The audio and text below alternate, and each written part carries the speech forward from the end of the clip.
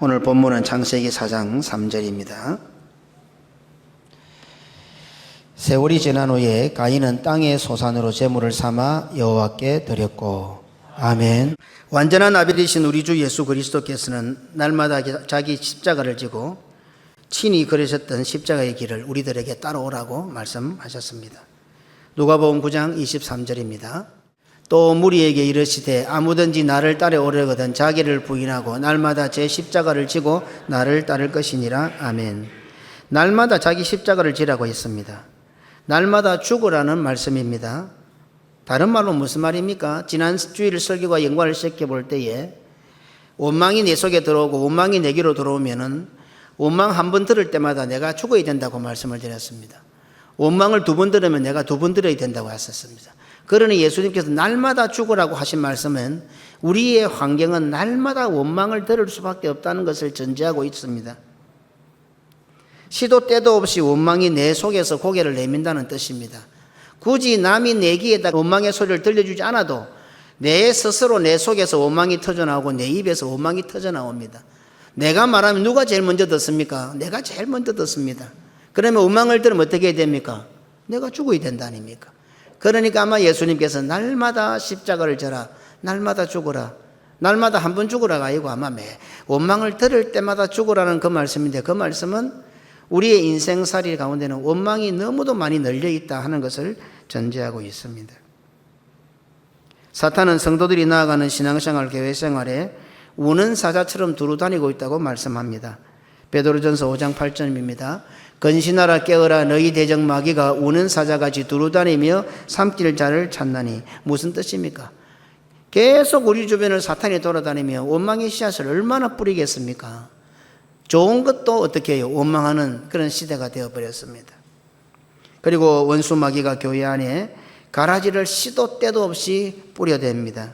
마태복음 13장 26절로 29절입니다.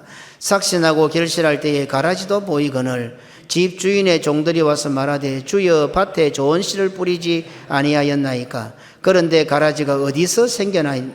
주인이 이르되 원수가 이렇게 하였구나. 종들이 말하되 그러면 우리가 가서 이것을 뽑기를 원하시나이까. 주인이 이르되 가만두어라. 가라지를 뽑다가 곡식까지 뽑을까 염려하노라. 아멘. 원수가 뿌린 가라지가 있는데 범사에 감사할 일만 있을 수 있습니까? 다시 말해서 감사할 일이 별로 없다는 겁니다. 감사할 일이 별로 없으니까 성경은 어쩌면 범사에 감사라고 역설적으로 강조하고 있는지도 모릅니다. 굳이 원망거리를 찾지 않아도 우리 주변에는 원수가 우는 사자처럼 돌아다니면서 원망거리를 뿌리고 원수가 밤새 가라지를 뿌리기 때문에 원망이 천지에 널려 있다는 말입니다. 그러니 예수님의 이 말씀은 우리가 원망을 이기는 방법입니다. 자기를 부인하고 자기 십자가를 지고 나를 쫓아라니까 마치 신앙과 믿음에 대한 대단한 헌신이나 결단이나 각오를 요구하는 것이 아니라 나를 불행하게 만드는 원망을 이길 수 있는 방법을 예수님께서 말씀하신 것입니다. 원망거리가 전혀 없는 에덴 동산의 아담과 하와에게도 사탄이 찾아가서 원망거리를 제시하니 선악과에 손을 댔습니다. 에덴 동산에 쫓겨난 우리들에게는 얼마나 원망거리가 많겠습니까? 그 가운데 또 사탄이 와서 가라지를 뿌립니다. 또 우는 사자처럼 돌아다닙니다. 그러면 원망은 자동입니다. 그러니 예수님께서 자기를 부인하고 날마다 자기 십자가를 지라는 이 말씀은 우리에게 다가오는 원망을 이길 수 있는 유일한 비결. 왜? 원망이 오면 내가 죽어야 되니까. 내가 원망을 이길 방법은 없습니다. 내가 죄를 이길 방법은 없는 거예요. 그래서 베드로 사도는 너희들이 죄에 대해서 죽어라 그랬어요. 우리는 원망을 이길 것을 착각을 하지. 착각입니다. 우리가 죄를 어떻게 이깁니까? 죄에 대해서 내가 죽는 겁니다. 원망이 나에게 올 때 내가 죽는 겁니다. 그래서 성도들이 장로님을 찾아가서 원망하지 말라는 거예요. 장로님들이 그 원망 소리를 듣고도 장로의 위치를 잘 지키고 사명을 잘 감당할 수 있는 것은 성도들이 원망 한 번 할 때마다 장로님들 자기가 한 번씩 죽었다는 뜻이 됩니다. 그거 안 죽으면 자기도 원망의 사람이 되는데 성도들이 와서 원망한 거 받아들이고 그렇지 동의하고 하면은 그럼 장로님도 다 원망하는 사람 될 거 아니에요. 아무리 성도들이 찾아와서 장로에게 원망 불평을 해도 받아듣고 듣지만 그러나 또 자기가 기도함으로써 그 원망을 죽이는 게 아니라 그 원망이 자기가 죽는 거예요. 그러니까 변함없이 충성하고 봉사하는 거예요. 원망을 이기는 방법은 자기가 죽는 방법밖에 없습니다. 다시 말해서 원망을 이기는 것이 바로 다시 선악과에 손을 대지 않는 겁니다. 그냥 내가 원망 한번 했다 이래 생각하면 절대 오산입니다. 원망의 결과는 선악과를 따먹게 되는 겁니다. 아담과 하와가 그 에덴 동산에서 원망거리가 전혀 없음에도 불구하고 원망의 요소가 탁 들어오니까 선악과에 손을 댄 거예요. 성도가 원망의 결과는 어땠습니까? 선악과에 손을 댑니다. 백성이 분명히 모세와 아론에게 원망했습니다. 그런데 모세는 뭐라고 합니까? 너희들이 하나님을 향하여 원망했다 그렇게 표현하는 겁니다. 원망은 결과적으로 선악과를 따먹게 하는 것이기 때문입니다. 원망을 이길 수 있는 유일한 방법은 원망에 대해서 내가 죽는 것입니다. 한 번 원망을 들으면 한 번 죽어야 합니다. 두 번 원망을 들으면 두 번 죽어야 됩니다. 어쩌면 한 번 원망 듣고 한 번 죽어도 안 될 수도 있습니다. 몇 번 죽어야 할 수도 있습니다. 들은 원망에 대해서 내가 죽지 않으면 헤롯과 빌라도처럼 친구가 됩니다. 원망과 친구가 되어버립니다. 원망을 듣고 내가 죽지 않으면 결국 내가 나중에는 원망의 숙주가 됩니다. 나는 들었는데 세월이 가다 보면 이제 내가 원망의 원인이 되는 거죠. 내가 원망의 숙주가 되고 내 때문에 다른 사람들에게 원망을 퍼뜨리게 되는 겁니다. 교회에 많은 직분이 있습니다. 직분상으로 볼 때 원망을 가장 많이 듣는 직분이 목사와 사모입니다. 성도들의 모든 것들, 어쩌면 교회에 있는 모든 개인적인 문제조차도 결국은 교회의 문제가 되고 그것은 목사에게로 책임이 들어오게 됩니다. 그러니 목사와 사모는 어떤 성도들보다 많이 죽는 자입니다. 안 그러고는 불가능한 거죠. 어떤 원망을 들어도 제일 많은 원망을 듣지만은 그러나 그 원망에 대해서 결국 목사와 사모는 계속 죽어야 하는 자다 하는 것을 알 수가 있습니다. 성도들 가운데서도 하나님께서 특별히 기름을 부어 세운 장로와 집사는 교회 안에서 발생하는 많은 일들 가운데 원망을 듣는 위치에 있습니다. 다른 성도들이 불편한 것, 힘든 것, 어려운 것 들어서 그것을 해결하는 그런 위치에 있습니다. 그럼 무슨 뜻입니까? 특히 장로로 집사로 기름 부어 하나님께서 세우신 자들은 다른 성도들에 비해서 많이 죽어야 한다 이 뜻입니다. 아주 쉬운 논리입니다. 원망을 들으면 죽어야 되니까 오늘 우리 장로님들이나 집사님들이나 권사님들은 또 교회 오래 다니신 분들은 다른 성도들에 비해서 무슨 사람이 되어야 됩니까? 원망을 많이 들으니까 교회를 잘 알고 또 남들이 모르는 걸 아니까 다른 성도들에 비해서 많이 죽어야 하는 자다 이런 뜻입니다. 교회 안에서 발생하는 많은 원망에 대해서 자신이 죽음으로 제물이 되어야 한다는 뜻입니다. 내가 죽는다는 것은 제물이 된다는 거예요. 아벨의 제물은 바로 그거였어요. 아벨의 죽음은 바로 그거였어요. 그래서 하나님께서는 아벨과 아벨이 드린 제물을 받아주셨다는 거예요. 원망을 듣고 성도들이 죽습니다. 오늘 장로님들이 성도들이 원망을 듣고 자기가 죽습니다. 집사님들이 다른 성도들이 원망을 듣고 죽습니다. 권사님들이 다른 성도들이 원망을 듣고 죽습니다. 그럴 때 뭡니까? 그 사람이 하나님이 받으시는 제물이 되는 거예요. 믿음 없는 남편이 때문에 믿음 있는 아내가 죽습니다. 믿음 없는 아내 때문에 믿음 있는 남편이 죽습니다. 원망 듣고 죽습니다. 그러면 그때 그 죽음이 바로 하나님께서 받으시는 제물이 되는 거예요. 안 죽고 버티면은 가인의 제물이 되고 가인이 되는 겁니다. 아벨은 가인의 원망에 대해 죽음으로 하나님 앞에 드려지는 제물이 되었습니다. 그 결과 아담의 교회를 보존할 수 있었던 것입니다. 지금 이 교회는 사실은 가인의 교회가 아닙니다. 아담 아버지가 살아있잖아요. 아담의 교회입니다.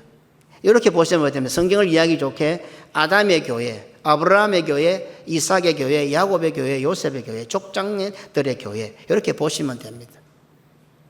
그래서 가인은 잘못된 제사를 드려서 아담의 교회를 파괴할 뻔했지만은 아벨은 바른 제물이 되어서 아담의 교회를 보존했던 것입니다.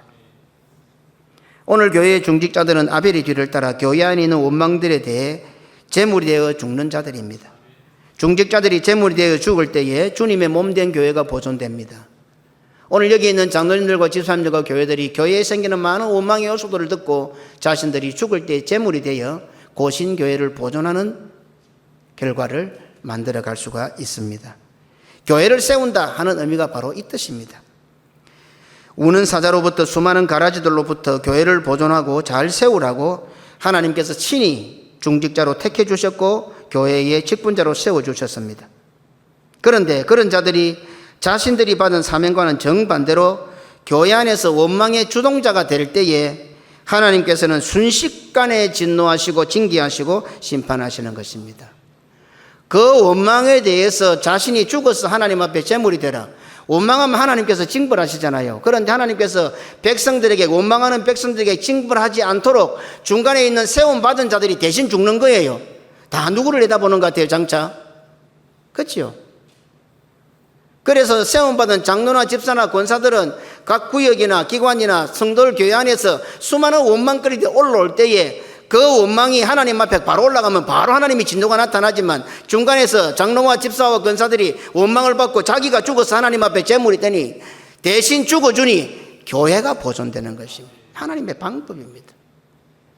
결국 예수님께서 우리를 위하여 대신 죽어주심까지 내다보게 하는 장면입니다. 이런 사명을 받은 장로와 집사와 권사들이 원망의 원인이 되면 하나님께서 적극적으로 순식간에 심판하신다 이 말입니다. 하나님의 사랑과 하나님의 구원의 은혜를 온 백성들이 누리게 하는 방법으로 장로와 집사와 권사를 세워주셨는데 그들이 원망해가지고 오히려 온 백성들에게 생매장을 시키고 여호와의 불이 나타나서 태워 죽이고 연병이 나타나고 이렇게 된다 이 말입니다.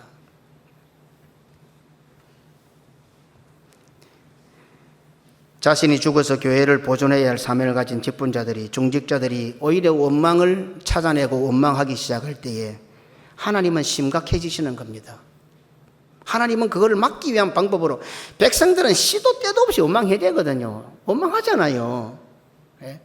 그러면 그걸 이길 수 있는 그 원망에 하나님의 심판이 임하지 않도록 하는 방법을 하나님께서는 직분자들을 세우셨는데 그 중직자들이 이제 원망하기 시작한다. 고라와 다단과 아비람과 온이 연합해서 250명의 유력한 지도자들이, 족장들이, 똑똑한 자들이, 자기 능력으로 분양할 수 있다고 생각하는 자들이 모여서 원망을 시작하니까 하나님은 심각해지시는 거예요.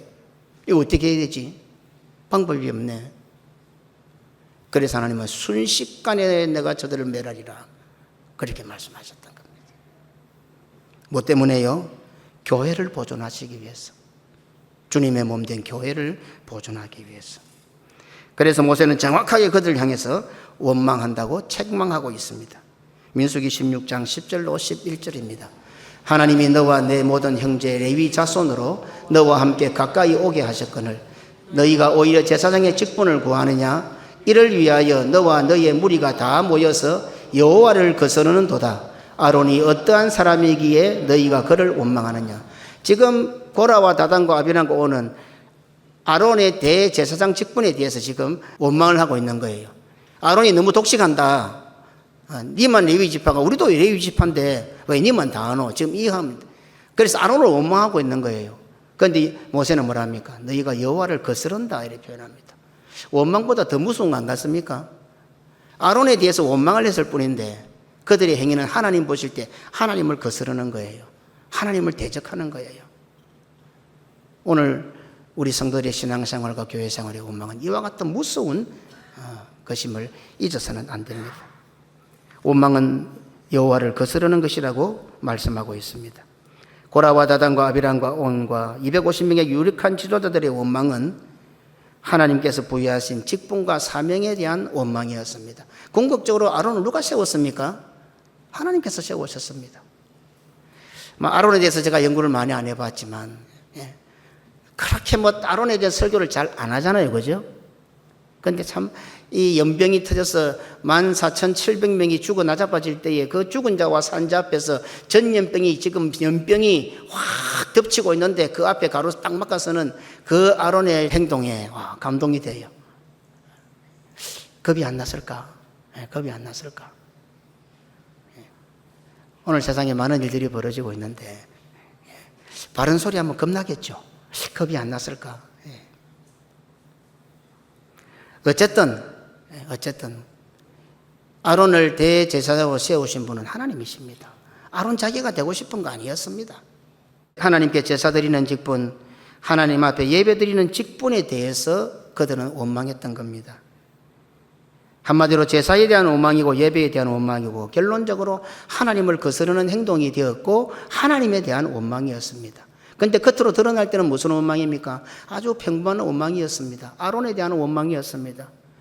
교회에 일어나는, 가족에서 일어나는 여러 가지 일들에 대한 원망으로 쉽게 접근합니다.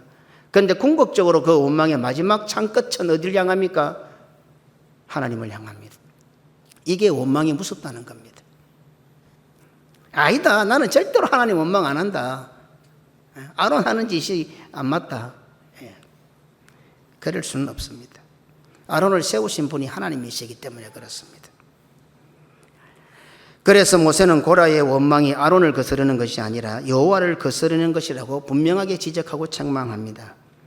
고라는 예배를 위한 직분을 세상적인 관점으로 보았던 것입니다. 혈과 육의 방법으로 보았습니다. 서열로 보았습니다. 계급으로 보았습니다. 나이로 보았던 것입니다. 철저하게 인간적인 관점으로, 세상적인 관점으로, 더 구체적으로 말하면 자기 자신의 기준으로 보았던 겁니다.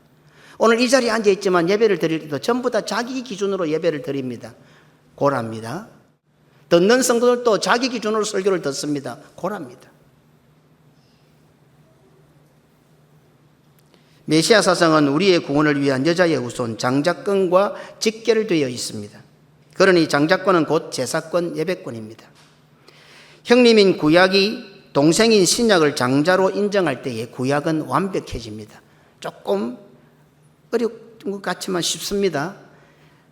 구약을 형님으로 볼 수 있고 신약을 동생으로 될 수 있습니다.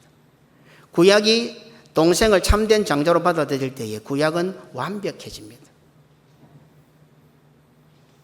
형님이었던 서기관과 바리새인들이 동생으로 오신 우리 주 예수 그리스도를 참된 장자로 인정했더라면 그들은 완벽한 형님들이 되었을 것이고 완전한 구원에 이르렀을 것입니다. 이혼 원리를 가지고 성경을 한번 들여다보십시오.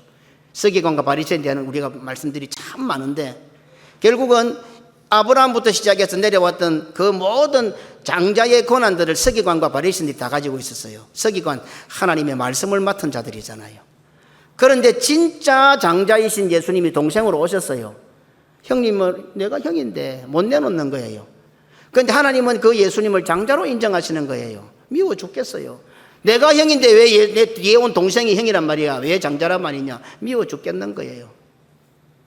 인정을 못한 거죠. 그러나 서기관과 바리새인들이 동생으로 오셨던 우리 주 예수 그리스도를 참된 장자로 인정을 했더라면 그들은 완전한 구원에 이르게 되었을 거예요. 어떻습니까? 이 안에서도 그것이 그대로 드러납니다. 여기는 할아버지도 있고 아들도 있고 손자도 있습니다. 그러나 손자가 하나님에서 하나님 할아버지 그리 안 부릅니다. 전부 다 하나님 아버지입니다. 할아버지도 하나님 아버지, 아버지도 하나님 아버지, 손자도 하나님 아버지, 그 밑에 정손자도 하나님 아버지. 여기에 무슨 족보가 있고 여기에 무슨 나이가 있습니까? 지금 우리가 이렇게 살아가면서도 희한하게 신앙생활할 때는 이것이 등장한단 말입니다. 세상적인 기준과 계급과 나이가 등장한다 이 말입니다. 여기는 바로 혈과 육의 방법이 아니고 세상적인 기준과 방법이 아니고 믿음의 방법으로 운행되고 통치되는 하나님의 나라라는 것을 우리가 지금 체험하고 있잖아요.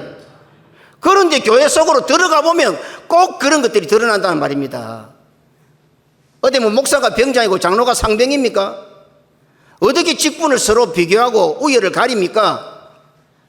여기 와서 무슨 나이를 따지고 인간의 경험을 따집니까? 오로지 한 분 우리의 왕이신 예수님께서 통치하시는 나라, 말씀대로 나아가야 하는 나라.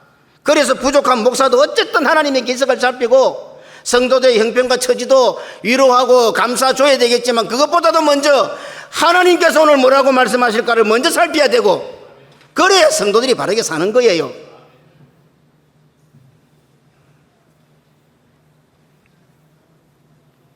팔을 어긋맞게 축복했던 조상 야곱의 믿음을 서기관과 바리새인들은 이해하지 못했던 것입니다.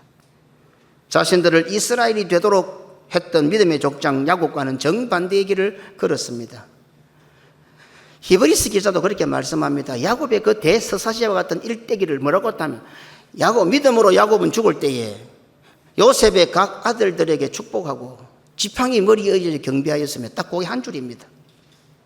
우리가 지금도 이해하지 못하는 손자들에게 팔을 어긋나게 축복했던 것을 야곱의 최고의 믿음으로 히브리서 기자는 증거하고 있습니다. 자기 아들을 형으로 성격시키고 가만히 있는 손자 둘이 순서를 바꿔놓는데 그게 뭐 대단한 일입니까? 우리는 좀 몰라도 유대인들, 서기관과 바리새인들은 잘 알 거 아닙니까? 자기 조상의 역사인데 얼마나 잘 알겠어요.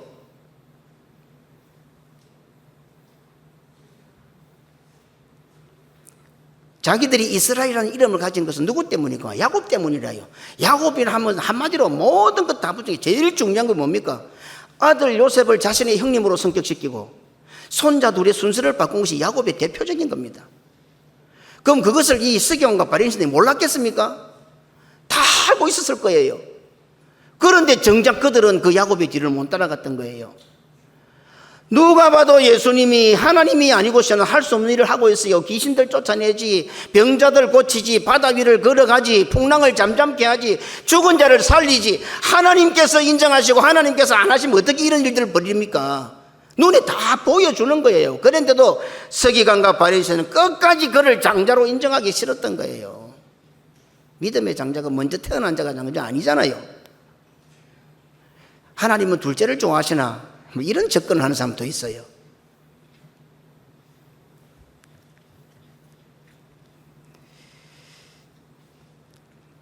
바로 이 장면은 믿음의 길을 감에 있어서 최대의 난관이 무엇인가를 우리들에게 가르쳐주고 있습니다.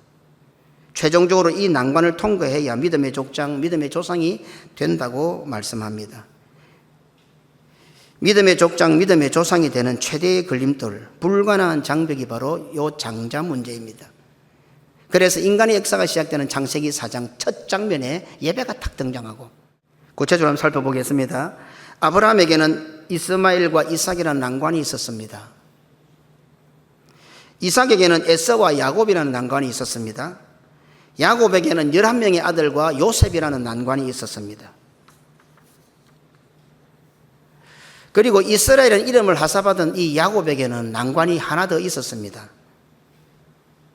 죽을 때가 되어서 만나게 된 믿음의 계승자 요셉과 그의 아들들인 손자 머나세와 에브라임이라는 난관이 있었습니다.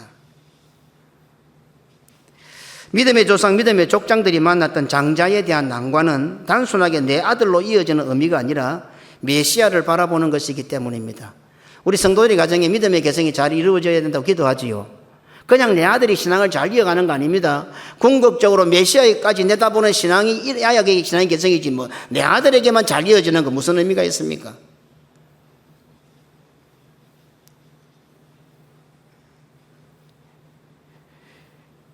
자, 보십시다. 아브라함에게 있어서는요, 이스마엘은 첫째 아들이잖아요. 모르겠습니다. 요즘도 아들 선호 사상이 있는지 없는지는 모르겠지만 그래도 아들에 대한 마음은 좀 다릅니다. 그죠? 또 제가 할아버지가 되어 보니까 손자에 대한 생각이 달라요. 적어도 사람은 그런 것 같아요. 제가 볼 때. 대가 끊어지지 않는다. 대가 이어진다.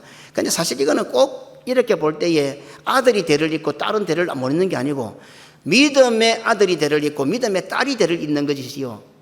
믿지 못하는 아들과 믿지 못하는 딸이 무슨 대를 잇습니까? 그건 대를 안 잇는 거죠. 그거는요. 대를 망치는 거지. 그 오늘 여기 있는 자녀들은 그거 꼭 생각해야 돼요. 내 아버지가 좋다 안 좋다의 개념이 아닙니다. 아버지와 같은 동일한 믿음이 없으면 대가 끊기는 겁니다. 그게요. 아들이라고 대가 있는 겁니까? 천만에 착각하지 마시기 바랍니다. 대가 끊어진 겁니다. 어쨌든 아브라함에게 첫째 아들은 이스마엘이지 않습니까? 이스마엘.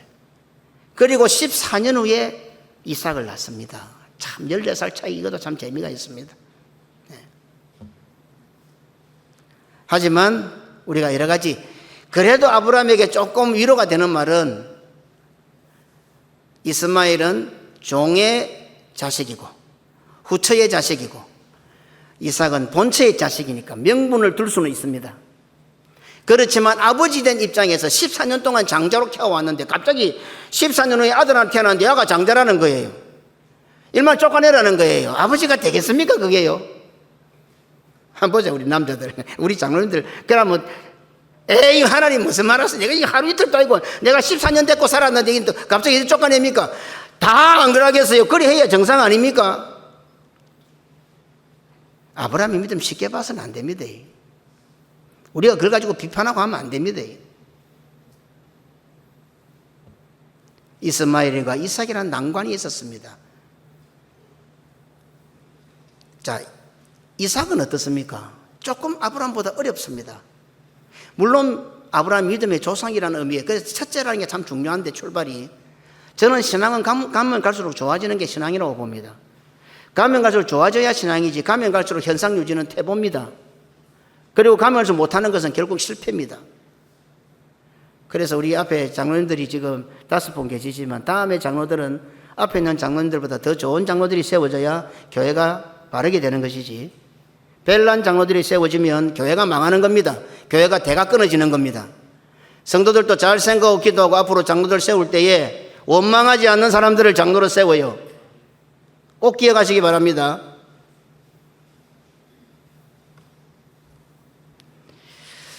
이삭에게는 좀 어렵습니다. 아브라함은 그래도 하갈의 아들, 사라의 아들, 본처의 아들, 후처의 아들이 있는데 이 이삭은 둘 다 본처의 아들입니다. 그거다 쌍둥이입니다. 또 뭐 명분이 없습니다. 잘라낼 명분이 없어요. 동생에게로 이게 장자권을 주어야 될 명분이 없는 거예요. 그래서 성경 창세기에 보면은 이삭이 야곱에게 축복하는 장면이 참 많은 이야기들을 하고 있습니다. 그냥 단순하게 그냥 축복해서 장들 이제 하면 될 건데 구구하게 구차하게 설명이 많습니다. 창세기 27장에 가보면은.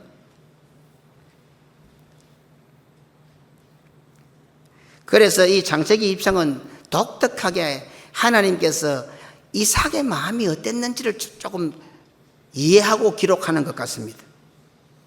그래서 이삭이 그 쌍둥이이면서도 둘째 아들인 야곱을 축복하는 첫 장면을, 서두를 억수로 좀 뭐라 그럴까요? 구차하게 시작하는 거예요. 창세기 27장 1절. 이삭이 나이가 많아 눈이 어두워 잘 보지 못하더니 맏아들 에서를 불러 이르되 내 아들아 하매 그가 이르되 내가 여기 있나이다 하니, 이 문장 자체도 복잡지 않습니까? 아들이 아버지 불러서 내 아들아 하니 그가 이르되 내가 여기 있나이다. 왜 이런 표현들을 구차하게 막 드는 것 같습니까? 그리고 마치 이삭이 눈이 어두워서 못 봤다는 식으로 이삭의 일 할 수 없는, 어쩔 수 없는 입장을 마치 성경이 대변해 주는 것처럼, 변호하고 보호해 주는 것처럼 구차하게 창세기 27장을 시작을 한다 이 말입니다. 이삭은 어떻습니까? 큰아들 에서에게 축복해 주려고 하는 뉘앙스를 팍 풍깁니다. 창세기 27장 4절. 내가 즐기는 별미를 만들어 내게로 가져와서 먹게 하여 내가 죽기 전에 내 마음껏 네게 축복하게 하라. 아멘. 이삭은 끝까지 큰아들한테 내가 이 장자 축복할 거다 하는 이런 뉘앙스를 아주 강하게 풍기고 있습니다. 그런데 결국은 이삭은 야곱을 장자로 축복하게 됩니다. 야곱에게 축복할 때는 더 이상하게 성경 기록하고, 이거 뭐 끼워 맞춘 것도 아니고 어거지 비슷하게 좀 그렇게 지금 이 성경이 기록되고 있습니다. 억지처럼 보입니다. 27장 21절에서 23절. 이삭이 야곱에게 이르되 내 아들아 가까이 오라. 내가 과연 내 아들 에서인지 아닌지 내가 너를 만져보려 하노라. 야곱이 그의 아버지 이삭에게 가까이 가니 이삭이 만지며 이르되 음성은 야곱의 음성이나 손은 에서의 손이로다 하며 그의 손이 형 에서의 손과 같이 털이 있으므로 분별하지 못하고 축복하였더라. 아멘.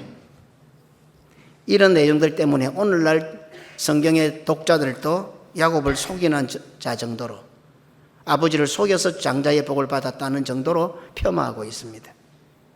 야곱을 마마보이 정도로 생각합니다.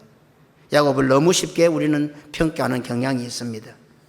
자, 완성이 되는 신약 성경에서 이 이삭의 이 장면, 이삭은 마치 눈이 어두워서 잘 못 보고 막 이래가지고 한 것 같고 끝까지 에사한테 축복하고 싶었는데 야곱에게 속아가지고 한 것 같은데, 오늘 히브리서는 이 이삭의 축복을 어떻게 전가하고 있습니까? 히브리 11장 20절입니다. 믿음으로 이삭은 장차 있을 일에 대하여 야곱과 에서에게 축복하였으며 그냥 야곱에게 축복해도 된다 하는 말을 왜 또 이런 믿음으로 분명히 믿음으로 이삭에게 축복했다고 했습니다. 눈이 어두워서가 아니라. 그리고 장차 있을 일에 대하여 이렇게 먼저 서론을 뺍니다. 눈도 어두워서 아들도 분간 못하는 정신 나간 늙은 영감쟁이가 무슨 장차 있을 일을 알겠습니까? 이 말입니다. 개역 한결 성경은 다음과 같이 기록합니다. 히브리 11장 20절을 다르게 기록하고 있습니다. 믿음으로 이삭은 장차 오는 일에 대하여 야곱과 에서에게 축복하였으며. 도대체 무슨 일이 온단 말입니까? 장차 있을 일이 뭐란 말입니까?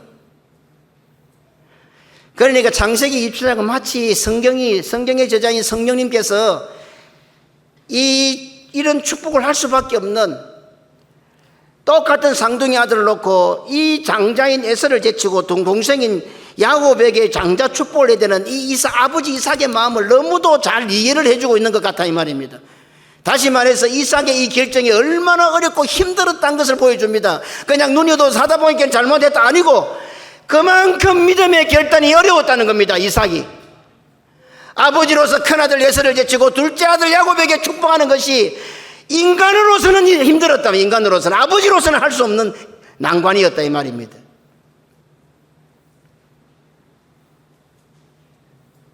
눈이 어두워 아들조차 분간하지 못하는 이삭이 장차 오는 일에 대하여 축복을 했다. 장차 오는 일에 대하여. 어떻게 수천 년의 그 이삭이 장차 수천 후에 오실 그 메시아를 바라보면서 야곱에게 축복을 했을까요? 그냥 내 아들이라서 큰아들 둘째 아들 이 개념이 아닙니다. 첫째 둘째 서열 차례가 아닙니다. 장차 오실 메시아를 바라보면서 야곱에게 축복한 거예요. 이삭이요.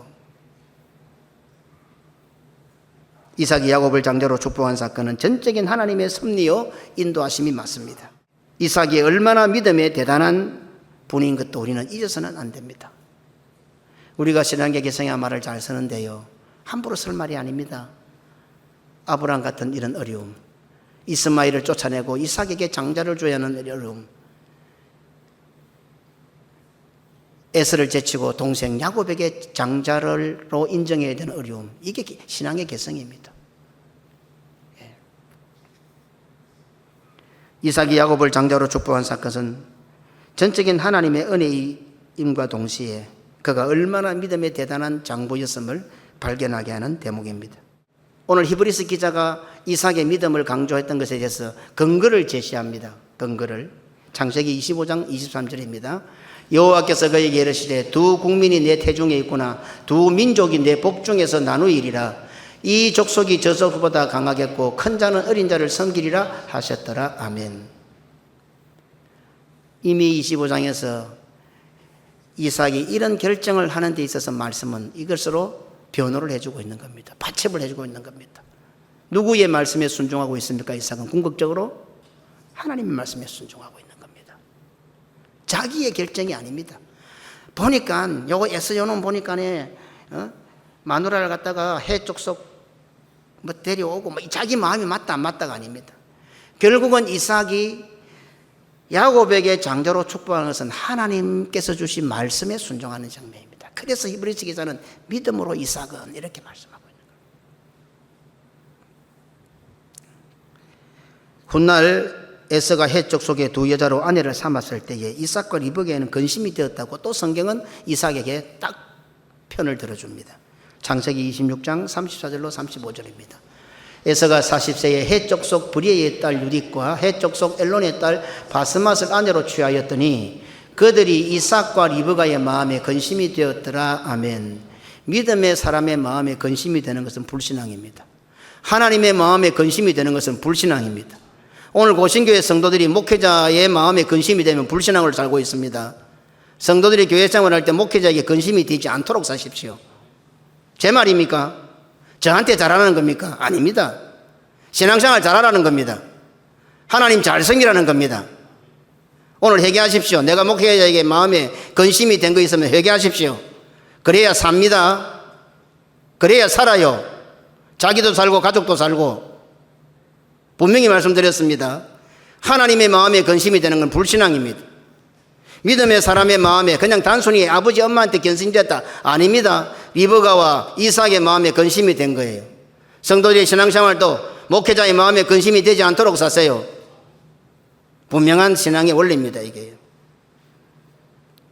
이삭이 야곱을 장자로 축복하는 사건 속에 이처럼 많은 함축적인 의미가 있지만 결론적으로 히브리서의 기자는 이삭의 그 믿음을 믿음이었다라고 증거하고 있습니다. 이삭에게 있어서 이 일은 믿음의 삶의 최대의 난관이었을 것입니다. 이삭은 사실 처음부터 어떻게 등장합니까? 모리아 산에 가서 자기가 번제물이 되는 것으로 시작을 합니다. 그래서 이삭을 생각하면 참 마음이 아파요. 그러니까 참 죄송하지만 제가 이대 목사잖아요. 그러니까 아버지는 아브라함과 고난은 이삭 같다고 늘 그리 생각을 해요. 제가 그 길을 가야 된다고 생각을 해요. 이삭의 출발은 뭡니까? 모리아 산에 가서 아버지한테 칼 맞아 죽을 뻔한 것이 이삭의 시작이에요. 예. 그리고는 마지막에 이런 모습으로 이삭이 마무리를 합니다. 역사도 별로 길지도 않아요. 성경 한두 장밖에 없어요.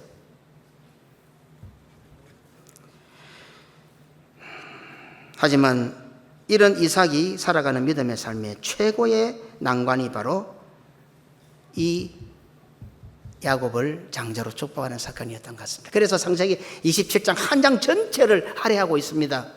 이삭은 아버지라는 사명을 받았어요. 오늘 여기 남자들은 다 결혼해서 아버지가 됐죠. 그러나 아버지라는 말 앞에 믿음의 아버지가 되어야 됩니다. 그냥 아버지 되면 안 됩니다. 내가 볼 때 그냥 아버지처럼 사는 사람 많아요. 그래야 아버지처럼 안 됐겠나. 그가 진짜 아버지 아닙니다. 믿음의 아버지가 되어야 됩니다. 꼭 기억하시기 바랍니다. 남자들이요, 경건한 남자들이요, 정신 바짝 차리고 믿음의 아버지가 돼야지. 아들 공부시켜주고 좋은 옷 입히고 맛있는 거 사주고 아버지 일 다 했다. 오늘 이 이삭은 아버지로서 또 믿음의 아버지로서 너무 힘든 결단이었던 것들. 이 에서와 야곱의 갈림길에서 말입니다. 이처럼 쌍둥이 아들을 둔 이삭에 대해서도 장자권과 관련된 이야기는 너무 간단해 보이는 성결 구절 구절마다 많은 것을 담고 있는 것 같습니다. 그 속에 너무도 많은 것을 담고 있는 것 같습니다. 자, 이게 이제 완전히 클라이막스입니다. 그렇다고 하면 아들 12명 있는데 그것도 11번째 아들인 요셉을 장자로 인정해야 되는 야곱은 어떻게 해석했습니까? 아들 둘이 있는 이삭도 에서냐 야곱이냐를 놓고 그렇게 힘들었다면 아들이 12이 있는데 그 중에 11번째 아들인 요셉을 장자로 인정해야 되는 야곱의 심정은 어떠했겠느냐 이 말입니다. 처절합니다. 처절해 이거는요. 야곱이 형 에서와 장자권 문제로 목숨을 거는 십자가의 길을 가지 않았으면 11번째 아들 요셉을 장자로 인정할 때 과연 가능했을까? 자기가 형 에서로부터 장자권의 축복을 받을 때 목숨의 위기를 만나게 되었고 십자가의 길을 간 그 인생의 경험을 놓고 야곱이 믿음으로 야곱이 죽을 때에 그렇게 하고는 요셉의 아들들을 축복하거든요. 야곱에게는 요셉을 장자로 인정하는 난관에 의해 손자 므낫세와 에브라임의 순서를 바꾸는 더 큰 난관이 기다리고 있었습니다. 자신의 뒤를 이은 사람이 요셉입니다. 이제 요셉의 시대가 왔습니다. 그죠? 족장들은 그랬어요. 아브라함이 이삭에게 물려주고 나는 아브라함의 내용은 없고 이삭의 내용이 있습니다. 이삭이 야곱에게 물려주고 나면 그때부터 야곱 이야기가 쭉 됩니다. 그러나 어떻습니까? 실제로는 한 장막에 같이 살고 있죠. 아브라함과 이삭과 야곱이 한 장막에 같이 살고 자기 아들 그 야곱과 에서가 14살이 될 때까지 아브라함이 같이 살고 있었어요. 그럼에도 어떻습니까? 바뀌잖아요. 그러면 이제 야곱이 요셉에게 장자 축복을 했습니다. 요셉아, 너는 혈과 육으로 내 아들이지만 이제부터 내 형님이라고 딱 장자 선계를 딱 했습니다. 그럼 이제 어떻습니까? 요셉의 말을 들어야 되잖아요. 그 순간이 참 미묘합니다. 거기 순간적으로 일어나는 일이거든요. 마치 구약과 신약이 예수님이 오심으로 중첩하고 있는 것처럼 그 시대가 구약법도 적용이 되고 신약법도 적용되고 그래서 신약과 구약이 중첩하는 시대, 중첩시대, 이 시대가 예수님 시대단 말이죠. 그런 것처럼 이 야곱이 요셉에게 딱 장자를 축복했잖아요. 장자를 축복하는 순간에 그 아들, 그 아버지인 요셉은 자기 형이 되고 이 아들들은 자기 이 손자들은 아들이 되고 또 아들들은 순서를 바꿔가지고 형과 동생이 바뀌고 이 한 장면이 여러 가지 의미가 함축적으로 같이 들어오는 거예요. 중첩이대가 들어오는 거예요. 어쨌든 그 축복을 함으로써 자기 아들이 이제 야곱인 자기 형이 되는, 신앙적으로 형의 자리로 와서 자기 장자권을 이어가게 됐습니다. 그럼 누구 결정을 따라야 되겠습니까? 요셉의 결정 따라야지. 그런데 되자마자 지금 이 요셉이 아버지 결정에 이의를 탁 제기합니다. 창세기 48장 17절과 18절입니다. 요셉이 그 아버지가 오른손을 에브라임의 머리에 얹은 것을 보고 기뻐하지 아니하여 아버지의 손을 들어 에브라임의 머리에서 므낫세의 머리로 옮기고자 하여 그의 아버지에게 이르되 아버지의 그리마옵소서 이는 장자이니 오른손을 그리의 머리에 얹어소서 하였으나. 아멘. 자, 우리는 이 장면을 쉽게 읽고 넘어갑니다. 근데 조금 들여다보십시오. 지금 야곱이 손을 이래 어긋맞게 가지고 에브라임과 머리에 축복하는데 요셉이 가만히 와가지고, 자기 아들 요셉입니다. 요셉이 와가지고 아버지 손을 떡 들어가지고, 아버지 그러지 마이소. 요게가 큰 놈입니다. 손을 들어가 이래 옮기려는 거예요. 이런 장면에 할아버지로서 손을 뿌리치기가 쉽겠습니까? 그리고 요셉은 지금 어떻습니까? 이스라엘 전부를 먹이 살리는 사람입니다. 모두의 이스라엘의 보호자입니다. 그냥 영적으로는 어떤 그런 의미로 지금 야곱이 족장일 뿐이지 사실은 이스라엘 전체의 보호자요 지도자인 사람이 요셉입니다. 그리고 방금 자기가 축복해서 이제 요셉을 자기의 대리자로, 자기의 장자로 인정해서 형님의 자리에 올려놓았습니다. 그런데 그 형님이 되는 요셉이 와가지고 아버지 그러지 마이소. 요놈이 장자입니다 하면서 손을 빼가지고 아버지 손을 떡 들어가지고 지금 손을 바로 딱 놓으려고 합니다. 우리가 야곱이면 나라 이놈아 하겠습니까? 이 말입니다. 이런 일이 집안에서 자주 안 일어납니까? 아버지 그거 아닙니다. 아버지 손 잘못 나왔습니다. 여기 큰 놈이고 작은 놈입니다. 과연 내가 지금 늙은 내가 아들이 와가지고 그것도 믿음으로 믿을만하고 듬직하고 어쩌면 내보다 더 신앙이 좋은 아들이 와가지고 아버지 그건 아닌 것 같습니다. 그건 하나님의 뜻이 아닌 것 같습니다. 아버지 그러지 마이소 하고 손을 풀어가지고 만약에 반론한다면 나라 임마 이래가 되겠다 할 수 있겠나 이 말입니다. 참 성경이 재미가 있죠. 배당님 재미있죠. 우리는 이렇게까지는 안 봤는데 너무너무 재밌는 거예요. 사춘기 어린 나이도 아닌 70대 중반에 들은 야곱이 뭐 계급장 따먹게 하는 것도 아니고 부귀영화를 누릴 것도 아니고 무엇 때문에 아버지 이삭을 속여가면서까지 장자 축복을 받았을까요? 지금 뭐 어디 사춘기입니까? 20살 때 지금 이 장자 축복 받았습니까? 아닙니다. 70 중반에 들어선 야곱입니다.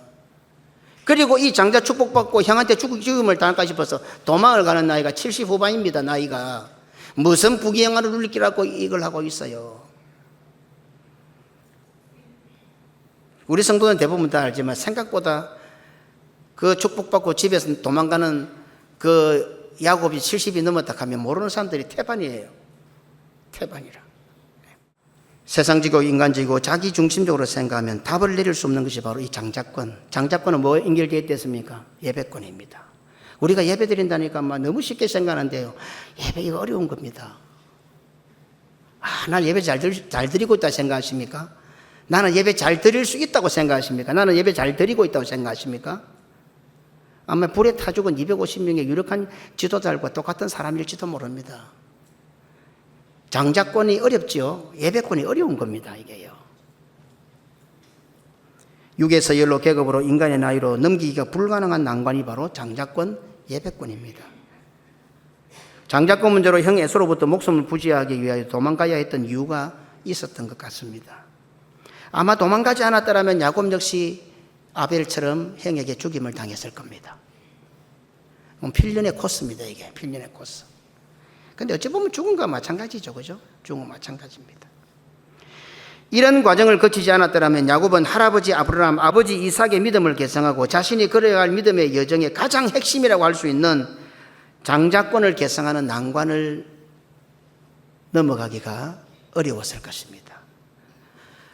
할아버지 아브라함이 가졌던 난관보다도 비교할 수 없는 어려움이었습니다. 아버지 이삭도 어려웠지만 그것보다도 훨씬 더 어려웠습니다. 12배나 어려웠습니다.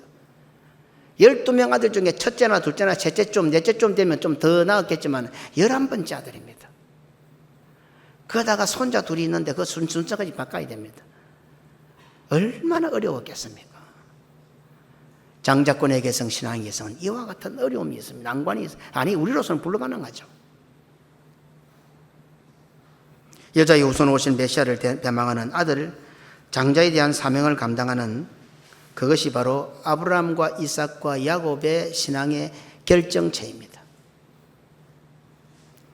하지만 장자권이라고 할 때 야곱은 할아버지 아브라함과 아버지 이삭에 대해서 비교할 때 독보적이라고 해도 과언이 아닙니다. 족장 아브라함과 이삭과 야곱을 볼 때에 장자권 계상하는 문제는 야곱이 독보적입니다. 독보적입니다.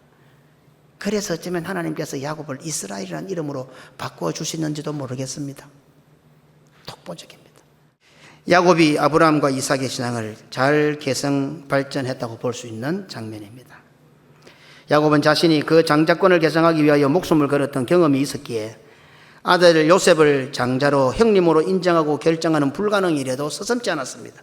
어떻게 아버지인데 아들을 형님으로 모십니까? 다른 형제의 집에 아들을 양자로 드리는 것은 그래도 할 수 있다고 하지만 내 아들을 어떻게 형님으로 모십니까? 쌍놈도 아니고 뭐 족보도 뭐 개족보도 아니고 불가능한 일입니다. 손자 머나세의 어라임 순서를 바꾸는 일에 요셉이 개입합니다. 아버지 그러지 마이소. 그것조차 야곱은 이겨냅니다.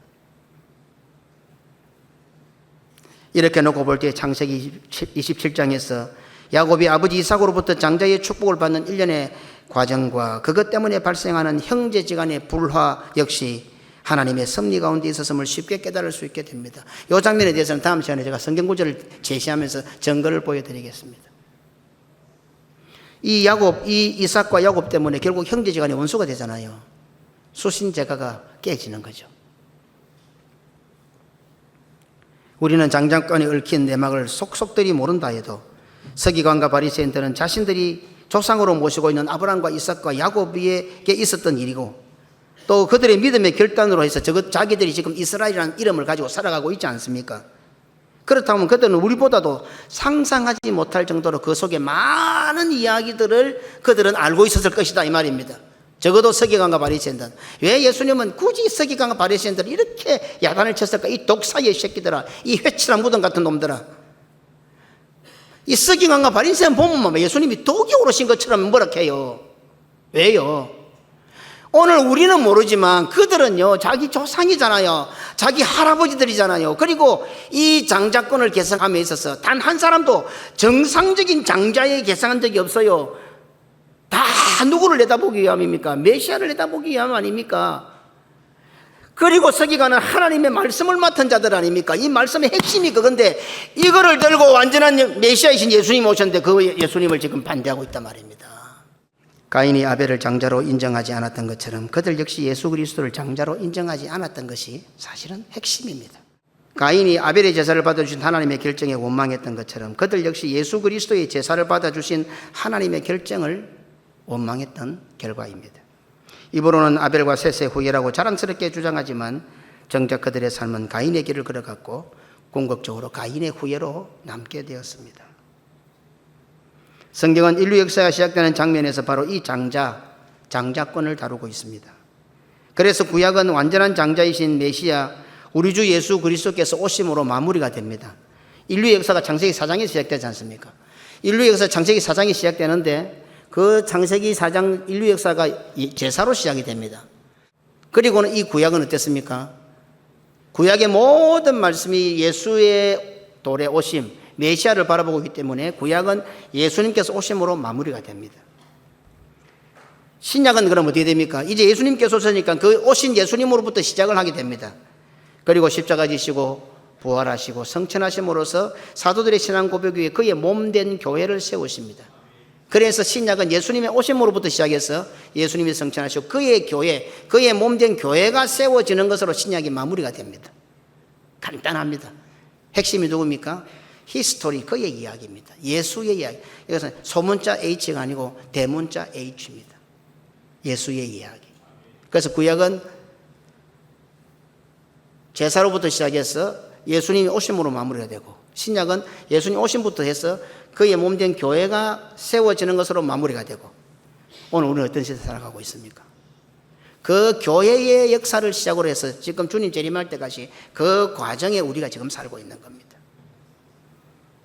그럼 우리는 어떻게 해야 되겠습니까? 이제 우리는 그 예수님의 장자권을 계승한 자들로서 앞으로 주님 오실 때까지 이 장자권을, 예배권을 계승해야 될 책임, 몫이 우리들에게 주어져 있습니다. 예수 믿어 구원에 이르고 믿음의 장자가 된 성도들은 예수님께서 재림하실 때까지 어떤 난관을 만나더라도 이 장자권을 계승해야 되고 이 예배권을 계승해야 됩니다. 그것이 오늘 우리들에게 주어진 몫입니다. 장자권이라고 하니 어렵게 생각하는 분들도 있을 것 같아서 제가 말씀을 마무리하면서 쉽게 풀어드리겠습니다. 성경에서 말씀하는 장자권은 우리의 구원을 향한 핵심 사상입니다. 장자는 오직 한 분밖에 없습니다. 우리 주 예수 그리스도이십니다. 그런데 오늘날 성도들은 이러한 장자에 대한 생각조차도 세상적이고 인간적인 기준으로 혈과 육의 방법으로 서열이나 계급이나 나이로 받아들이는 경향이 많은 것 같습니다. 인류의 역사가 시작되는 장면에서 가인과 아벨이 제사 드렸던 것처럼 장자권은 바로 예배권입니다. 예배를 잘 지키고 예배를 잘 드리고 예배를 잘 계승하는 것이 바로 장자의 사명입니다. 장자들이 할 수 있는 일입니다. 그런데 믿음의 장자가 안 되면 못하는 거죠. 그러니까 둘째라도 11번째라도 믿음으로 계승해야 이 예배를 드릴 수 있다 이 말입니다. 동시에 이 말은 예수 그리스도께 재림하실 때까지 교회가 앞으로 수많은 난관을 만나게 될 것이라는 말씀과 똑같습니다. 장자권을 계승하는 이 문제에 난관이 많을 것이고 예배를 계승하는 이 문제에 많은 어려움과 난관이 도래하게 될 것이라는 것과 똑같은 뜻이 그 속에 있습니다. 오늘 우리 성도들에게 주어진 장자권, 그러면서 우리가 받은 최대의 난관은 무엇입니까? 예배입니다. 최대의 절대절명의 난관이 오늘 교회가 받은 사명이 바로 예배입니다. 아브라함과 이삭과 야곱이라는 위대한 믿음의 족장들의 행적을 한마디로 정의하면 믿음의 장자권 계승입니다. 아브라함과 이삭과 야곱을 보면 결코 수신제가가 되지 않았던 것 같습니다. 아브라함과 이삭과 야곱의 결정은 먼저 자기가 부인되지 않으면 결코 불가능한 영역입니다. 그러니까 자기 부인이 되니까 야곱 하나만 들어도 어떻습니까? 야곱이 자기가 부인이 되어야 아들 요셉을 형님으로 모시죠. 자기가 부인 안 되는데 나는 네 아버지인데 이놈의 새끼야. 어떻게 됩니까? 절대로 안 됩니다. 이거는요. 아버지라는 자기가 아브라함이 부인이 됐기 때문에 14년 동안 애지중지 키웠던 이스마엘을 쫓아내고 이삭을 장자로 인정했던 겁니다. 그 결단이 앞서 뭐가 있었습니까? 아브라함의 자기 부인이 있었던 겁니다. 이삭의 자기 부인이 있었던 겁니다. 야곱의 자기 부인이 선행되었던 겁니다. 이 부분은 오늘날 성도들에게도 매우 민감한 부분입니다. 제가 목회를 해보니 그래요. 성도들 가운데는요, 어떤 고난이나 희생이나 헌신이나 손해 어떤 것이 주어지도 마음 변하지 않고 믿음으로 잘 감당하는 성도들이 많습니다. 그런데 오직 하나 안 되는 게 내 식구, 내 자식 건드리면 답이 없어요. 참 어렵습니다, 이게. 예, 어려워요. 참 목회자는 이거 조심스럽게 해야 돼요. 물론 자식에게 문제가 있어서 상담하러 왔는데도 함부로 말했다가는 큰일 납니다, 이 문제는요. 다른 거, 막 신앙 때문에, 진리 때문에, 교회 때문에 어렵고 이런 거는 막 얼마든지 고난 당해도 살겠는데 내 자식 딱 건드리고 내 식구 딱 건드리면 진짜 어렵습니다. 목회가 휘청합니다. 예를 든다면 그렇습니다. 참 어려운 부분입니다. 성도들끼리도 마찬가지입니다. 얼마나 사랑하고 잘 지내다가도 내 자식 건드리면 기분 나쁜 거예요. 그거는 안 되는 거예요. 이렇게 볼 때 이 아브라함과 이삭과 야곱의 결정이 얼마나 힘들었겠어요. 자기 부인이 안 되면 절대로 못할 행동입니다. 그러니 신앙의 개성, 장자의 개성은 단순히 미래를 준비하자는 희망찬 메시지가 아닙니다. 혈과 영계의 관계를 파괴하고 집안 식구가 원수가 되는 성도로서 믿음과 신앙의 삶을 살면서 가장 어렵고 힘든 난관이 된다는 뜻입니다. 이삭이 야곱에게 축복하고 나면 에서가 어떻게 나올지 몰랐겠습니까? 야곱이 요셉에게 채색옷을 지어 입히고 장자로 인정하면 르우벤을 비롯한 11명의 아들들이 그 요셉을 미워할 걸 몰랐겠습니까?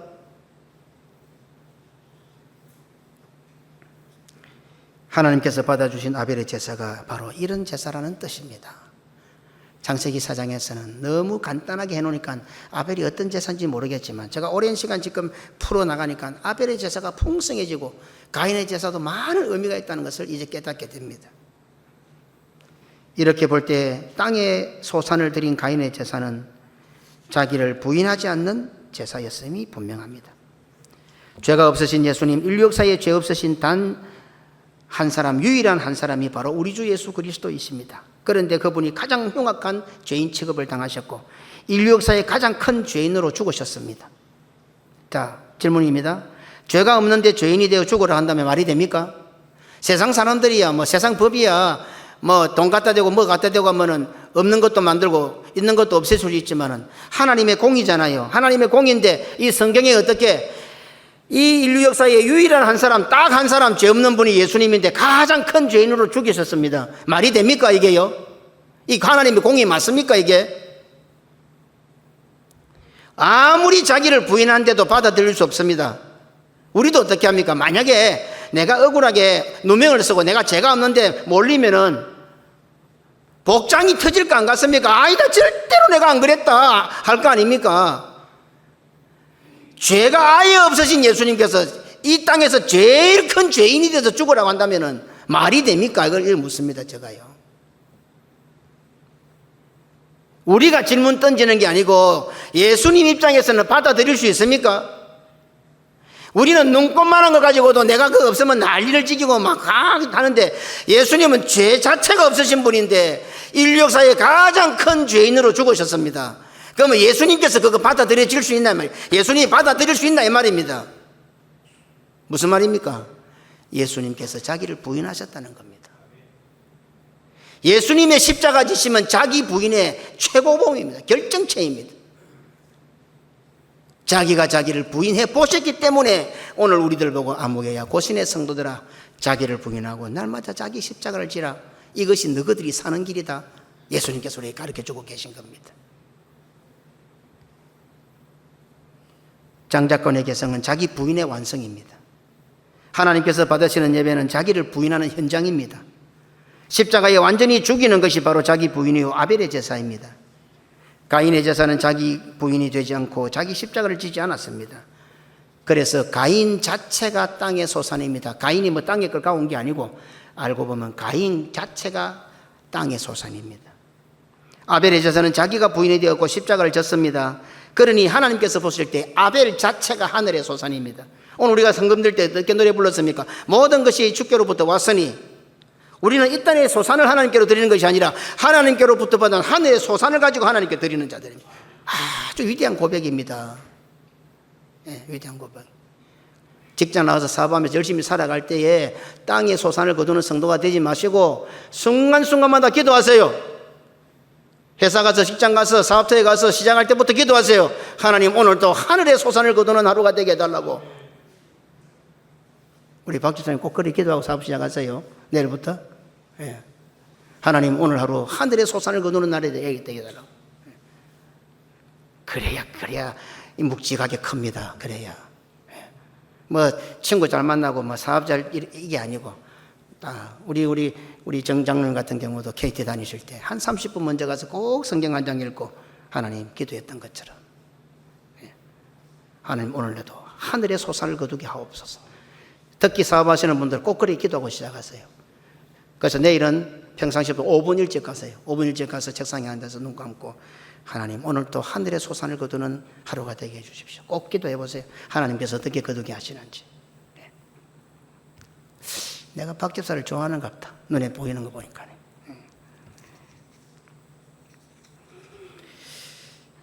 예배는 가인과 아벨로 극명하게 나누어지는 현장입니다.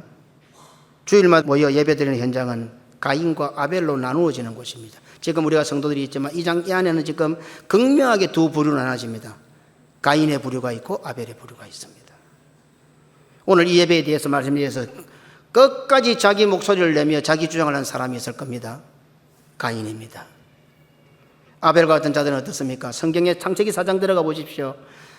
단 한마디도 하지 않습니다. 끽 소리도 안 합니다. 자기가 죽는 순간에도 끽 소리도 내지 않는 사람이 바로 아벨입니다. 오늘 나는 어떤 사람이 될 것 같습니까? 예배를 마치고 식사하면서 성도들 둘러앉아서 나는 어떤 사람이 될 것 같습니까? 아무리 말씀을 들어도 자기 기준과 자기 중심을 가지고 소리를 내고 큰 소리를 치고 가인입니다. 말씀해 주실 때에 예수님처럼 나는 죄인이 아닌데 가장 큰 죄인으로 죽으라는 그 장면에서도 예수님께서는 자기를 부인하고 죽으셨습니다. 그 예수님을 뒤따라가는 우리들입니다. 아무리 말씀이 내 마음에 맞지 않다 하더라도 하나님의 말씀 앞에 끽 소리지 않고 아멘하고 순종하는 사람은 바로 아벨입니다. 이런 자의 예배를 하나님께서는 받아주신다. 하나님께서 받으시는 예배를 드려 아벨의 뒤를 잇는 믿음의 장자들이 다 되시기를 주님의 이름으로 축원합니다. 아멘.